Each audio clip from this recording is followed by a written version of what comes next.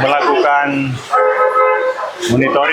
monitoring terhadap pelaksanaan pelayanan kesehatan di rumah sakit pemerintah. Hari ini kita ke Biren untuk memastikan bahwa format JKA yang berdasar Pergub 2 tahun 2026 itu dapat berjalan sebagaimana diharapkan. Ya. Tadi kita sudah berdiskusi banyak dengan direktur rumah sakit dan tim administrasi rumah sakit Fauzia.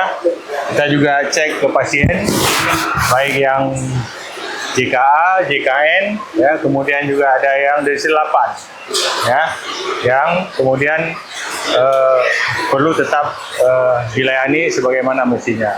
Kemudian kita juga memastikan pada seluruh rumah sakit bahwa untuk pasien yang katastrofik, ya, saya ulangi, untuk pasien katastrofik itu tidak berdasarkan desil, semua ditanggung oleh JKA, ya, semua ditanggung oleh JKA dan dia akan terdaftar dengan melalui proses EDABU, ya, EDABU, kemudian mereka rumah sakit bisa langsung mengamplah kepada BPJS.